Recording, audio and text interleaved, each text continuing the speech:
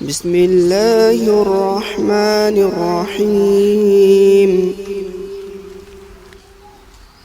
أرأيت الذي يكذب بالدين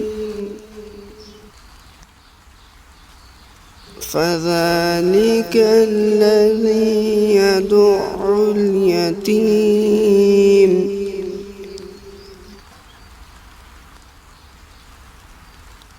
ولا يحض على طعام المسكين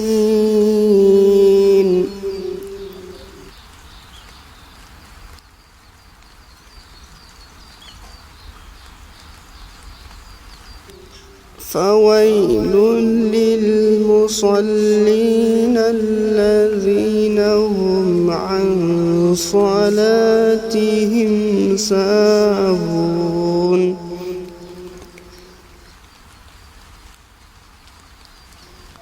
الذين هم يراءون ويمنعون الماء